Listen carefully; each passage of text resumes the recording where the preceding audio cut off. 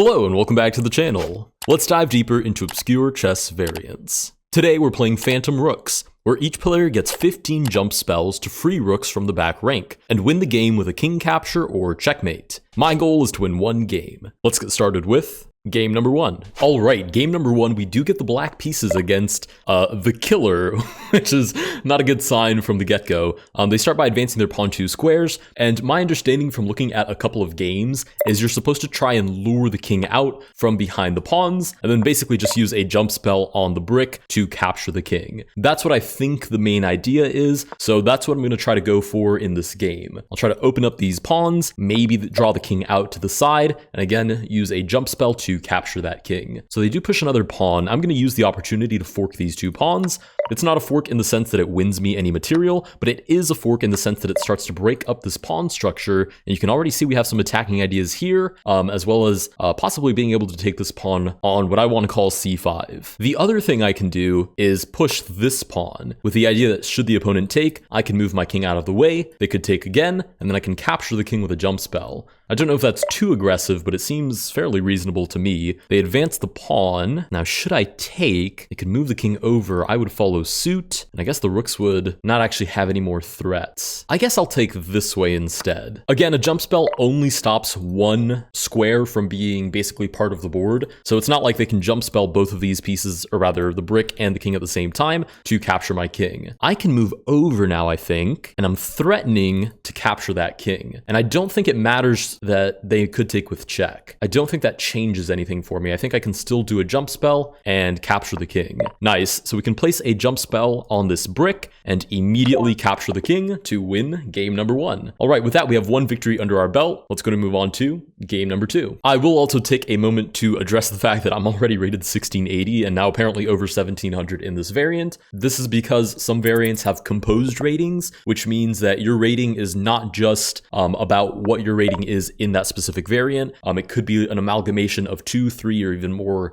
different variants. We do get the same opening, which is very interesting, so I'm going to go with the exact same approach, but this time they change it up a little bit. Now, I'm going to move my own king out of the way, trying to bait them into taking. I will take back, and I have the exact same threat on the board, but they seem to have wisened up to our ideas, and I guess keeping their king in front of my own is a decent way of counteracting my plan. I'm just going to move the king back over and sneakily threaten the king once more. We'll see if they notice this idea. I mean, using the same idea back to back is a little bit slimy. Oh, I was connecting there for a second, but it seems to have worked.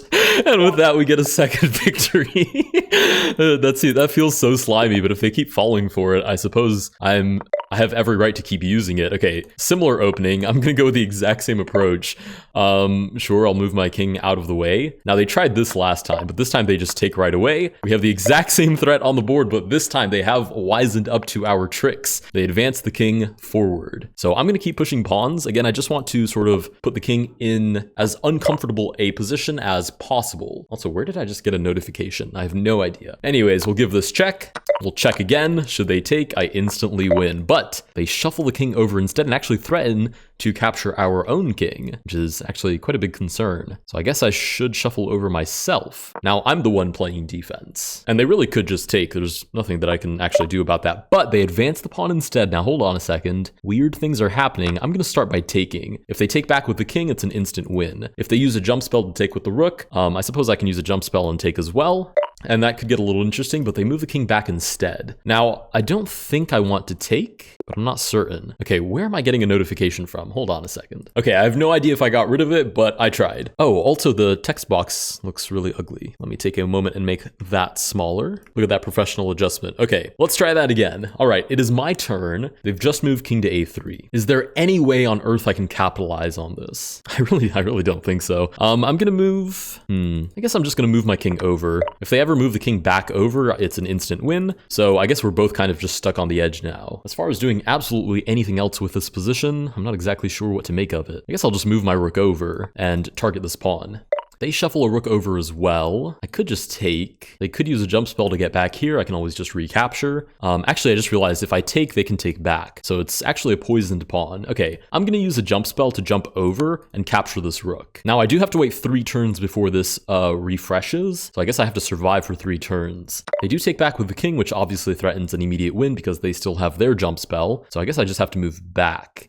They shuffle over, threaten that capture anew, but I can shuffle over again. And my hope is that somehow the opponent loses track of the fact that their king is actually behind a pawn now. So if I ever move my king again, I could win. Okay, now I can shuffle over this way, and I'm threatening to win once more. And they shuffle all the way to the edge. Fair enough. Okay, what on earth do I do with this information? Maybe I should, if I use a jump spell to try to get in here, then they can counter use a jump spell and just take my rook for free. It's very hard to penetrate this position. I guess I could use, well, actually I can't. Holy cow, what do I do here? This is very confusing. I could just buy time by advancing a pawn. Might as well throw a pawn in their face and see what happens. Oh, I could have advanced it twice. Oh, do all pawns advance twice always? I did not realize that. That's very good information to have. I could have also shuffled the rook over. I just realized threatening the jump spell win, but I was so mesmerized by a pawn moving twice that I completely missed it. So they decide to advance the king, but now I can apply the exact same idea. If they shuffle over, I have a jump spell on the brick. If they stay there, I have a jump spell on the pawn. Both of those win me the game on the spot. Weirdly enough, somehow this is like a species of ladder's mate, and I do think we run away with the victory jump spell on the pawn,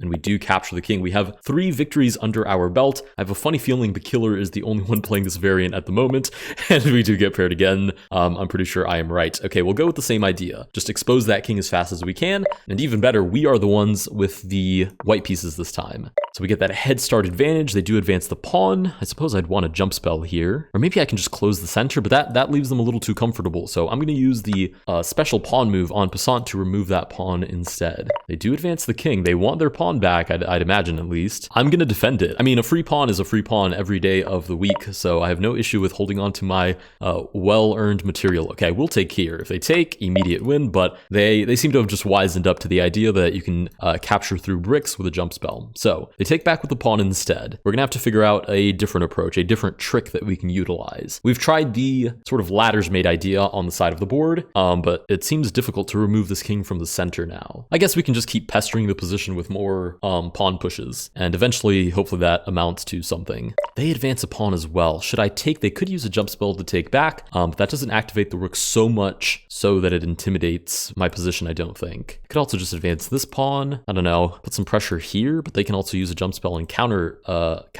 capture, so not really sure what to make of this. What I really need is a way to uproot this king, because he's very comfortable there, and I don't like to see my opponent's king getting too comfortable anywhere. Let's start with this. I'm just gonna go for it straight in the center of the board. There's no point in waiting around. If I have the white pieces, I should just play dynamically. Okay, there we go. The king is shuffling around. Did they just accidentally place a jump spell? I think they did, because you can see their jump spell thing reset, which should give me an enormous advantage. I just have to figure out how to utilize it now. So they don't have a jump spell they can use, which gives me a lot of options, I think. Okay, let's start with this. There's 2 more moves before their jump spell resets. They advance a pawn. I feel like I'm not making anything of it, but I'm not sure what I can do about it. Let's take. Again, I just want to open up the center. They do take back, and their jump spell resets on the next turn, so I guess I really just didn't manage to capitalize on it at all. Why don't I use a jump spell as well? On this brick, capture this free pawn and give check. Oh, I literally just said that the jump spell resets. Luckily, I have this nasty fork. Okay, but they decide to move the king back, so I do manage to run away with my ill-gotten gains. Okay, let's advance this pawn and protect the rook. Now I have to wait 2 turns before my jump spell resets, and I think they actually might even be able to still take back. So I can take, should they take back, they are threatening to take my king. So I do have to move out of the way. Let's do that by moving the king over to the center. My jump spell has reset, so I can play for tricks once more. Let's go ahead and play here. I don't want to play check because that closes up this side of the board, and the king can go and hide behind my own pawns, which would be pretty annoying to deal with. So I want to open up the position. I want to look for trades. Okay, the king does take back. Rook shuffles over, threatening that. Oh, I think we've sort of made the ladder's mate again. Jump spell over the brick means I cover the B file, and jump spell over the pawn means I'm basically giving check on the A file. And we do get the resignation. I feel bad for the killer. I'm pretty sure they're the only one playing this variant right now. But with that, we do have 4 victories under our belt. Might as well toss in a 5th bonus game. Oh, we get Mini House GM. I haven't seen Mini House GM in a hot second. Hold on, let me say good luck in chat. Hey again, good luck. Trademark smiley face. Okay, they do advance the king's pawn. So I think this might be one of their first times playing the variant, unless they know something that I don't know, which actually now that I think about it, they might. Okay, they advance the king's pawn, which seems to me like a chance to exploit it. Ain't never played this before. Okay, perfect. That's what I suspected. But how do I capitalize on this? I guess I could bamboozle them. I could play for tricks. Let's just start by taking in the middle of the board. I can't imagine that's anything but a good idea. Okay, they do take back. Now, how do I bamboozle this opponent? Let's go here. As long as their king is in front of mine, neither neither of us can capture the other with a jump spell because we'd only be able to jump over one piece. But with any luck, I can bait them into moving the king over and then bamboozling the victory. They do take back, so now if I take... I guess they could move this way and be safe though. Oh, they jump over the brick, which means now... Oh, I could even play super dirty. I could just play like here. Oh no, they can just give check and capture a free pawn. That's so dirty. That's such a slimy way to win, but then I have a jump spell which captures the king. I mean, they could get out of it. They could just play king to e5, but I don't know if they're going to see that idea. Obviously, if they move over this way, then we still have a jump spell over a different brick with a different rook, which also captures the king. Like your mini house video, lol. I can tell you like that variant by your username, haha. Oh, they do play king to e5. Wait a second. I think I have severely underestimated my opponent. I did not give them nearly enough credit. Wait a second. Okay, they do find what I think is the best move here. It at least stops the two ideas that I was looking for. Okay, we've got to continue to bother this king. We'll try to go for this check. Not exactly sure what this leads to or doesn't lead to, but it seems like a good place to start. Okay, they're about to recharge their jump spell, so if I make another move and they use the jump spell, it does capture my king. So I need to keep moving. Let's shuffle over closer to their king or just over? I guess closer because I do need to defend this pawn now. I mean, I could always use a jump spell and counter take, but I don't really want to use a jump spell for that purpose. Okay, they advance this pawn. I'm also trying to make like some sort of asymmetry in the position, but that's also seemingly kind of hard to do. Let's go here. Let's just meet fire with fire. We might as well throw pawns at each other until something sticks. Okay, I can take back. So far, so good.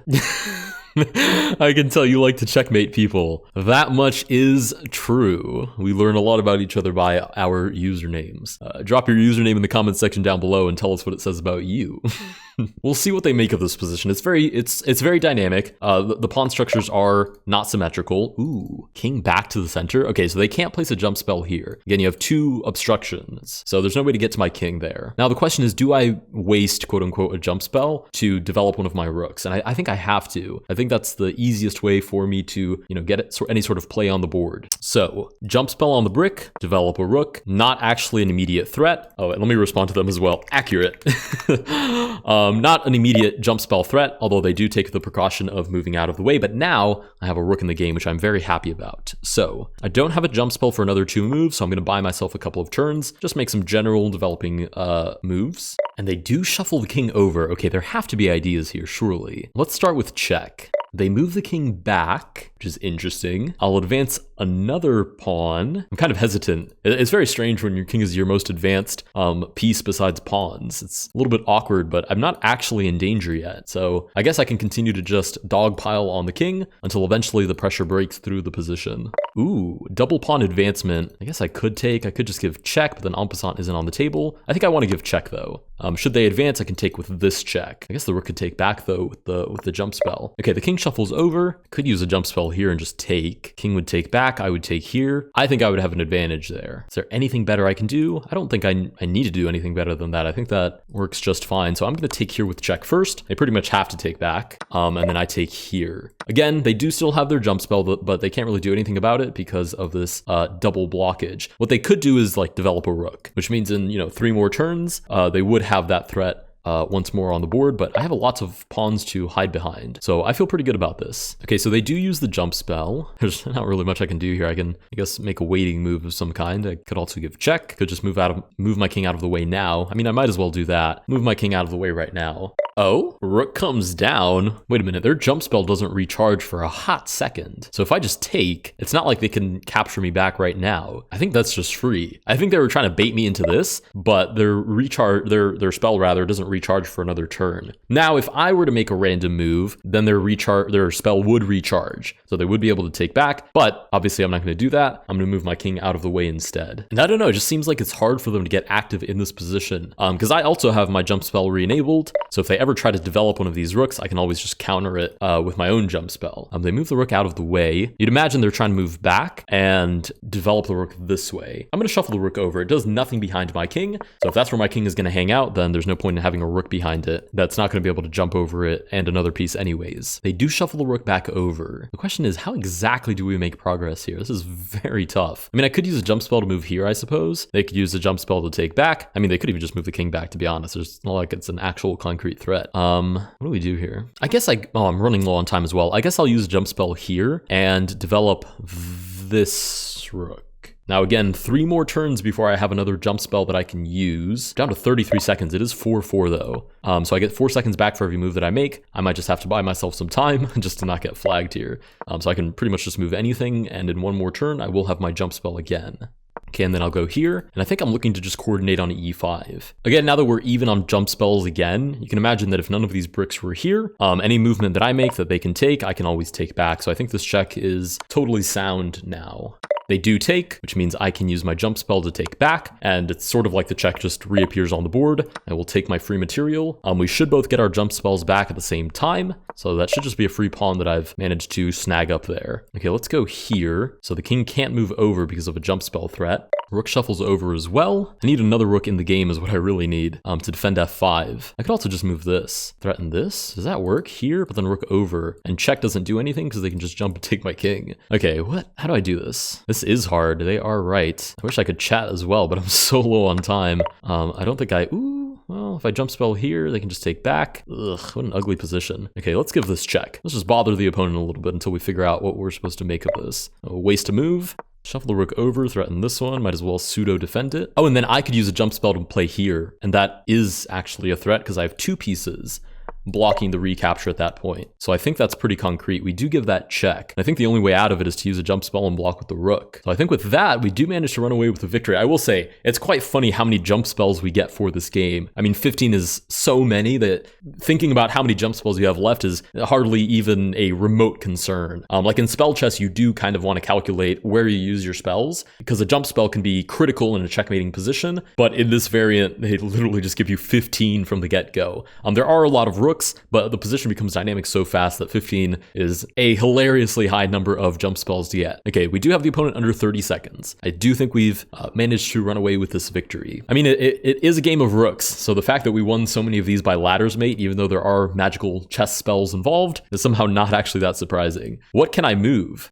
Jump, I think. I think that's why they're not moving. They just don't realize that this is the only legal move. They do forfeit on time, and with that, we do win all 5 games. So it's a good game in chat. If you guys did enjoy this video, please consider liking and subscribing. Let me know down below if there are any other specific crazy variants that you want me to play first. I will go through most of them, if not all of them, by the end of this series. Mini House GMs, see you around as well. If you guys did enjoy, consider liking and subscribing, and I will see you guys in the next one. Oh, and I forgot to mention that the first link in the description will be the chess variant, so if you want to go and try this yourself, good luck, and it will be the first link down below. Thank you guys so much for watching, and I will see you guys in the next one.